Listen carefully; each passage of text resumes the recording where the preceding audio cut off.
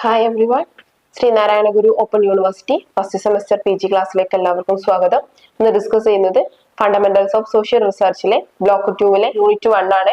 Nature of social reality, binaries, reflexivity, theory research duality, sociological imagination.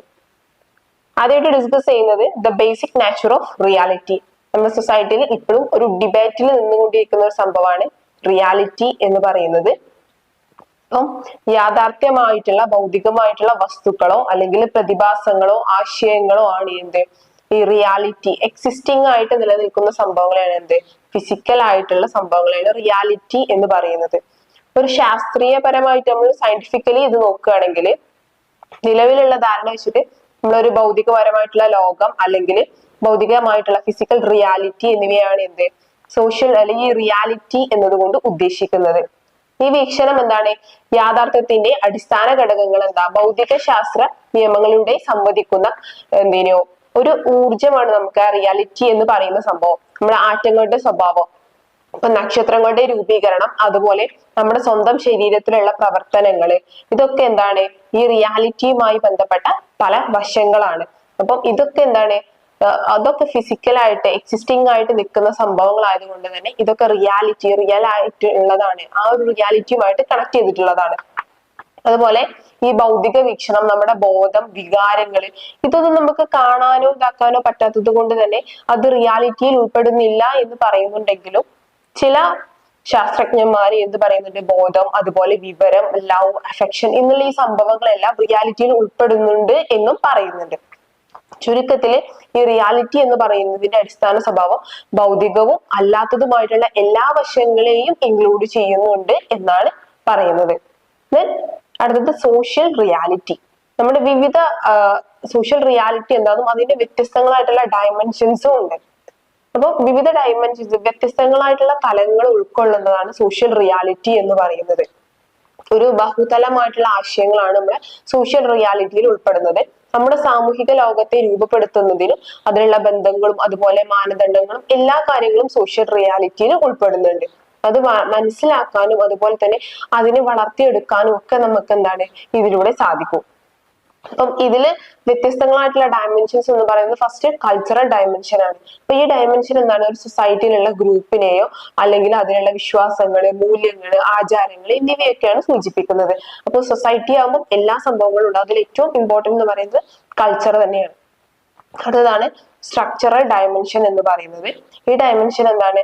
സാമൂഹിക ജീവിതത്തിന്റെ വിവിധ വശങ്ങളെയാണ്. അതായത് ഒരു സ്ഥാപനം അല്ലെങ്കിൽ എന്തെങ്കിലും ഓർഗനൈസേഷൻസ്, മറ്റു പല സംവിധാനങ്ങളെല്ലാം ഒരു സൊസൈറ്റിയിൽ ഉണ്ടാകും. അപ്പൊ പല സ്ട്രക്ചറുകൾ, സ്ട്രക്ചറൽ ഡയമെൻഷൻസും സോഷ്യൽ റിയാലിറ്റിയുടെ ഒരു ഭാഗമാണ്. അടുത്തതാണ് ഇന്റർപേഴ്സണൽ ഡയമെൻഷൻ എന്ന് പറയുന്നത്.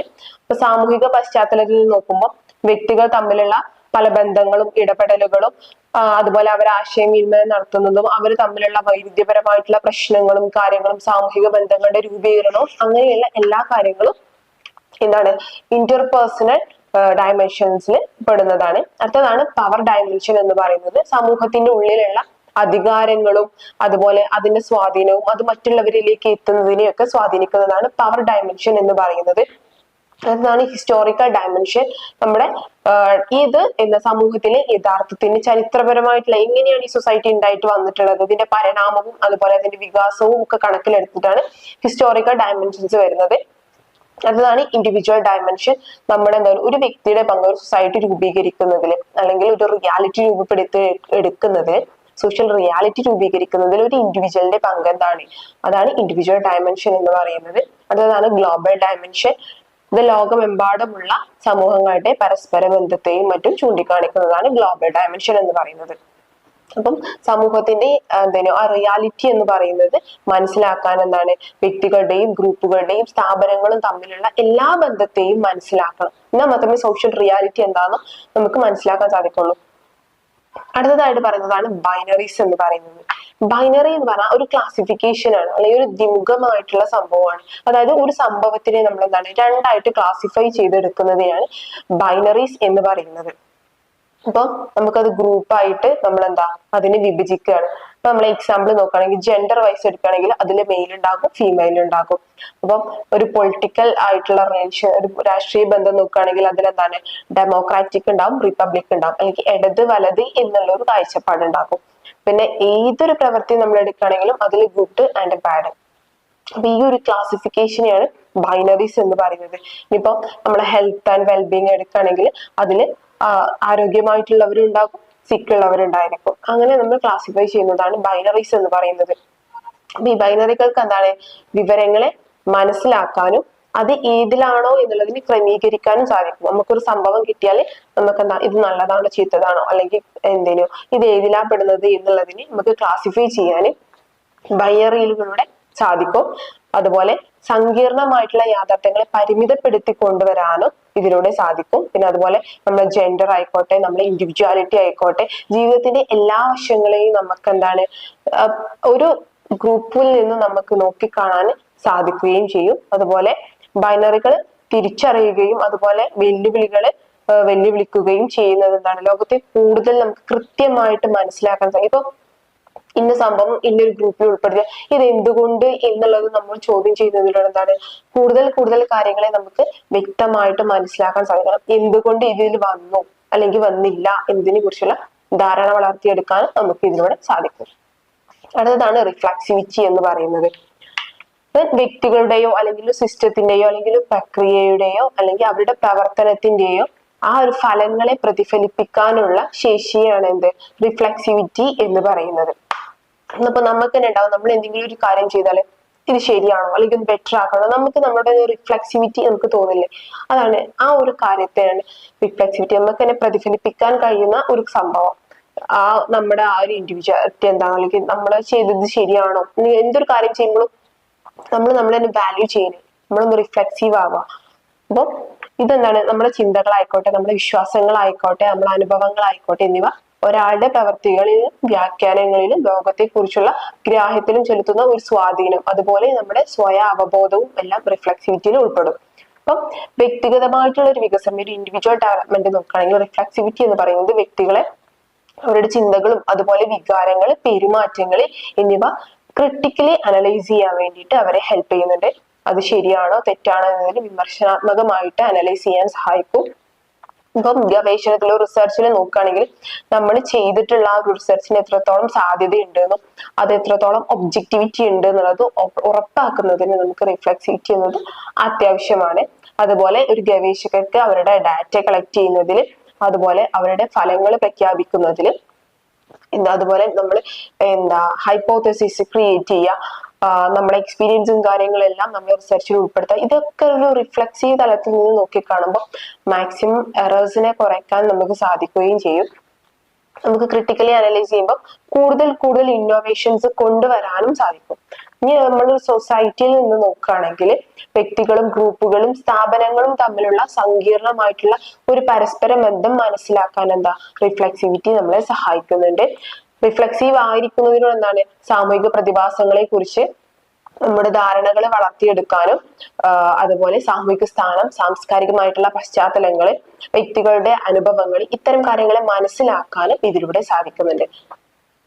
അപ്പം ഇതാണ് റിഫ്ലക്സിവിറ്റി എന്നതുകൊണ്ട് ഉദ്ദേശിക്കുന്നത്. ഇപ്പൊ reflexivity in research involves the following aspect. നമ്മളത് ഒരു റിസർച്ച് തലത്തിൽ നിന്ന് നോക്കുകയാണെങ്കിൽ നമ്മൾ ശേഖരിച്ച ഡാറ്റയുടെ സ്വഭാവവും അതുപോലെ വ്യാപ്തിയും മനസ്സിലാക്കാനും ഗവേഷണ പ്രക്രിയയിലേക്ക് നമുക്കൊരു ആക്സസ് കിട്ടാനും ഈ ഒരു റിഫ്ലക്സിവിറ്റി സഹായിക്കുന്നുണ്ട്. ഗവേഷകൻ അവരുടെ ആ ഒരു ചിന്തയിൽ ഈ ഒരു റിഫ്ലക്സീവ് മൈൻഡിൽ നിന്ന് നമ്മൾ ചിന്തിക്കുമ്പോൾ നമുക്ക് കിട്ടുന്ന ഡാറ്റ എത്രത്തോളം ശരിയാണ് തെറ്റാണ്, ഇത് ഇനി മുന്നോട്ട് പോകാൻ സാധിക്കും, അങ്ങനെ പലതരത്തിലുള്ള ക്വസ്റ്റ്യൻസിനുള്ള ആൻസറിനെ ഫുൾഫിൽ ചെയ്യാൻ ഇതിലൂടെ സാധിക്കുന്നുണ്ട്. അതുപോലെ നമ്മൾ ക്വാളിറ്റേറ്റീവ് ആയിട്ടുള്ള ഒരു റിസർച്ച് നടത്തുമ്പോൾ ഒരു നമ്മൾ ഇന്റർവ്യൂ ആണ് പലപ്പോഴും നടത്തുക. അപ്പൊ നമുക്ക് പലതരത്തിലുള്ള ഡാറ്റകൾ കിട്ടും. അപ്പം ഈ പ്രതികരിക്കുന്ന ആളുകൾ പറയുന്നത് ശരിയാണോ എന്നുള്ള സംഭവം, അല്ലെങ്കിൽ ഇവരുടെ പെർമിഷൻ വാങ്ങട്ടെ, നമുക്ക് പല കാര്യത്തിലും ആ പെർമിഷൻ വാങ്ങണം. അതുപോലെ നമ്മൾ ഡാറ്റ ശേഖരണത്തിന്റെ ഫോർമാറ്റ്, ശേഖരിച്ച ഡാറ്റയുടെ എത്രത്തോളം ക്വാളിറ്റി ഉണ്ട് എന്നുള്ളതെല്ലാം നമുക്ക് ഇതിലൂടെ മനസ്സിലാക്കാൻ സാധിക്കും. അതുപോലെ എത്തനോഗ്രാഫിക് വിശകലനം, ഒരു സൊസൈറ്റിയെ കുറിച്ചുള്ള എത്തനോഗ്രാഫിക് വിശകലനത്തിനും നമുക്ക് ഇത് സഹായിക്കുന്നുണ്ട്. പിന്നെ വ്യത്യസ്ത തരത്തിലുള്ള അർത്ഥങ്ങളെ പരിശോധിക്കുന്നതിന്, അതുപോലെ ഈ സ്കീമ ഡെവലപ്പ് ചെയ്ത് കൊണ്ടുവരാനും, സ്കീമ എന്ന് പറഞ്ഞാൽ നമ്മൾ ഓരോരോ നോളജിനെയും കണക്ട് ചെയ്യുമ്പോൾ ഒരു ബിൽഡിംഗ് ബ്ലോക്സ് ആണ്. ഇപ്പോൾ എക്സിസ്റ്റിംഗ് ആയിട്ട് നമുക്കൊരു അറിവുണ്ടാകും, അതിലേക്ക് മറ്റൊരു അറിവിനെ നമ്മൾ ഇങ്ങനെ കണക്ട് ചെയ്ത് കൊണ്ടുവരാണ്. അപ്പം വ്യത്യസ്ത അർത്ഥതലങ്ങളെ പരിശോധിക്കുന്നതിന് സഹായിക്കുന്നുണ്ട്. പിന്നെ നല്ലതും ചീത്തതുമായിട്ടുള്ള കാര്യങ്ങൾ അഥവാ ബൈനറീസ് നമ്മൾ പറഞ്ഞു ക്ലാസിഫൈ ചെയ്ത് വെക്കാനും നമുക്ക് ഇത് സഹായിക്കുന്നുണ്ട്.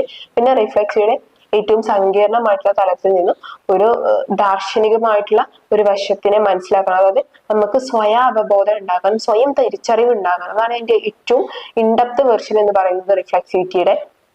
അപ്പം അത്തരത്തിലേക്ക് എത്തിച്ചേരാനും കൂടെ നമുക്ക് ഇത് സഹായിക്കുന്നുണ്ട്. അതാണ് തിയറി റിസർച്ച് ഡ്യുവാലിറ്റി എന്ന് പറയുന്നത്. നമ്മുടെ സിദ്ധാന്തങ്ങളുടെ വികസനവും അതുപോലെ ഈ സിദ്ധാന്തങ്ങൾ പരിശോധിക്കുന്നതിനോ അല്ലെങ്കിൽ പരിഷ്കരിക്കുന്നതിനോ ഉള്ള ആ ഒരു ഗവേഷണ പ്രക്രിയയുമാണ് തിയറി റിസർച്ച് ഡ്യുവാലിറ്റി എന്ന് പറയുന്നത്. തിയറി ഉണ്ട്, അതുപോലെ റിസർച്ച് ഉണ്ട്. ഓൾറെഡി ഒരു സിദ്ധാന്തം അല്ലെങ്കിൽ തിയറി ഉണ്ടായിരിക്കും, അതിലേക്കുള്ള ആ ഒരു ഗവേഷണ പ്രക്രിയയും കൂടെ ഇൻവോൾവ് ചെയ്യുമ്പോൾ എന്താണ് തിയറി റിസർച്ച് ഡ്യുവാലിറ്റി എന്ന് പറയുന്നത് അതിനെയാണ്. അപ്പൊ നമുക്ക് എന്താണ് ഉള്ള പ്രതിഭാസങ്ങളെ വിശദീകരിക്കാനും അതുപോലെ പ്രവചിക്കാനും സഹായിക്കുന്ന ആശയപരമായിട്ടുള്ള ചട്ടക്കൂടുകളെയും അതുപോലെ ആശയങ്ങളൊക്കെയാണ് ഇതിൽ ഉൾപ്പെടുന്നത്. ഈ സിദ്ധാന്തങ്ങളിൽ വ്യത്യസ്ത വേരിയബിളുകൾ തമ്മിലുള്ള ബന്ധങ്ങളെ മനസ്സിലാക്കാനും അതുപോലെ ചോദ്യങ്ങൾ, ഹൈപ്പോത്തസിസ്, ശാസ്ത്രീയപരമായിട്ടുള്ള രീതിശാസ്ത്രങ്ങളെ എന്നിവയെ നയിക്കുന്നതിനുള്ള ഒരു ഫൗണ്ടേഷൻ നൽകാനും ഇത് സഹായിക്കുന്നുണ്ട്. അതുപോലെ ഗവേഷണം എന്താണ് സിദ്ധാന്തങ്ങൾ പരിശോധിക്കുന്നതിനോ അല്ലെങ്കിൽ പരിഷ്കരിക്കുന്നതിനോ ഉള്ള ഒരു വ്യവസ്ഥാപിതമായിട്ടുള്ള ശേഖരം അല്ലെങ്കിൽ വിശകലനം, വ്യാഖ്യാനം എന്നിവയെല്ലാം ഇതിൽ ഉൾപ്പെടുന്നുണ്ട്. ഈ പ്രക്രിയ എന്താണ് ഗവേഷണ രൂപകൽപ്പനകള്, അതുപോലെ ഡാറ്റ ശേഖരണ രീതികള്, വേരിയബിളുകൾ തമ്മിലുള്ള ബന്ധം എന്നിവ പരിശോധിക്കുന്നതിനും നമുക്കൊരു ഇൻഡിവിജ്വൽ ആയിട്ടുള്ള ഒരു ഡിറക്റ്റ് എക്സ്പീരിയൻസിന് അല്ലെങ്കിൽ ആ തെളിവുകൾ സൃഷ്ടിക്കുന്നതിനും എല്ലാം എന്താണ് അതിനായിട്ട് നമ്മൾ യൂസ് ചെയ്യുന്ന സ്റ്റാറ്റിസ്റ്റിക്കൽ ടെക്നിക്സുകളും എല്ലാം എന്താണ് ഇതിൽ ഉൾപ്പെടുന്നുണ്ട്. അപ്പൊ നമുക്കൊരു പ്രതിഭാസത്തെ മനസ്സിലാക്കാനുള്ള സിദ്ധാന്തങ്ങളും അതുപോലെ അത് കണ്ടുപിടിക്കാനുള്ള വ്യത്യസ്തങ്ങളായിട്ടുള്ള റിസർച്ച് മെത്തഡോളജീസും കാര്യങ്ങളും എല്ലാം കൂടെ ഇൻക്ലൂഡഡ് ആയിട്ടുള്ളതാണ് എന്ത് തിയറി ബേസ്ഡ് അല്ലെങ്കിൽ തിയറി റിസർച്ച് ഡ്യുവാലിറ്റി എന്ന് പറയുന്നത്. അതിൽ ഫൈനൽ ആയിട്ട് പറയുന്നതാണ് സോഷ്യോളജിക്കൽ ഇമാജിനേഷൻ എന്നുള്ളത്. സോഷ്യോളജിയിൽ യൂസ് ചെയ്യുന്ന ഒരു ടേം ആണ് എന്ത് സോഷ്യോളജിക്കൽ ഇമാജിനേഷൻ എന്ന് പറയുന്നത്. അണ്ടർസ്റ്റാൻഡിങ് ദ സോഷ്യൽ റിയാലിറ്റി, നമ്മുടെ സോഷ്യൽ റിയാലിറ്റിയെ മനസ്സിലാക്കുകയാണ്. That place of personal experience, നമ്മുടെ പേഴ്സണൽ എക്സ്പീരിയൻസിൽ നിന്നും നമ്മൾ സോഷ്യൽ റിയാലിറ്റിയെ മനസ്സിലാക്കിയെടുക്കുകയാണ് within a broader social and historical context. ഇത് ശരിക്കും പറയുകയാണെങ്കിൽ നമുക്കുള്ള ഒരു എബിലിറ്റിയാണ് സോഷ്യൽ ഇമാജിനേഷൻ എന്ന് പറയുന്നത്. ഓരോ സംഭവത്തിനെയും ഓരോരുത്തർ നോക്കിക്കാണുന്നത് വ്യത്യസ്തങ്ങളായിട്ടുള്ള വീക്ഷണങ്ങളിൽ നിന്നായിരിക്കും. അപ്പോൾ സോഷ്യൽ ഇമാജിനേഷൻ എന്ന് പറയുന്നത് നമ്മൾ എന്താണോ ഒരു റിയാലിറ്റിയെ നോക്കിക്കാണുന്നത്, നമ്മൾ എങ്ങനെയാണോ ആ സംഭവത്തിന് ഷേപ്പ് ചെയ്തെടുക്കുന്നത് എന്നുള്ളതാണ് സോഷ്യൽ ഇമാജിനേഷൻ എന്നതുകൊണ്ട് ഉദ്ദേശിക്കുന്നത്. അപ്പം ഇത്രയും സംഭവങ്ങളാണ് ഈ ഒരു ചാപ്റ്ററിൽ, ചെറിയൊരു ചാപ്റ്ററാണ് ഇതിൽ ഇൻക്ലൂഡ് ചെയ്തിട്ടുള്ളത്. അതിൽ പറയുന്നത് എന്താണ് സോഷ്യൽ റിയാലിറ്റി, ബൈനറീസ് എന്നാൽ എന്താണ്, റിഫ്ലെക്സിവിറ്റി എന്താണ്, തിയറി റിസർച്ച് ഡ്യുവാലിറ്റി എന്താണ്, അതുപോലെ സോഷ്യോളജിക്കൽ ഇമാജിനേഷൻ എന്നുള്ളത് എന്താണ്. അപ്പൊ ഇത്രയാണുള്ളത്. അപ്പൊ നമുക്ക് നെക്സ്റ്റ് ക്ലാസ്സിൽ വീണ്ടും കാണാം. Okay, thank you.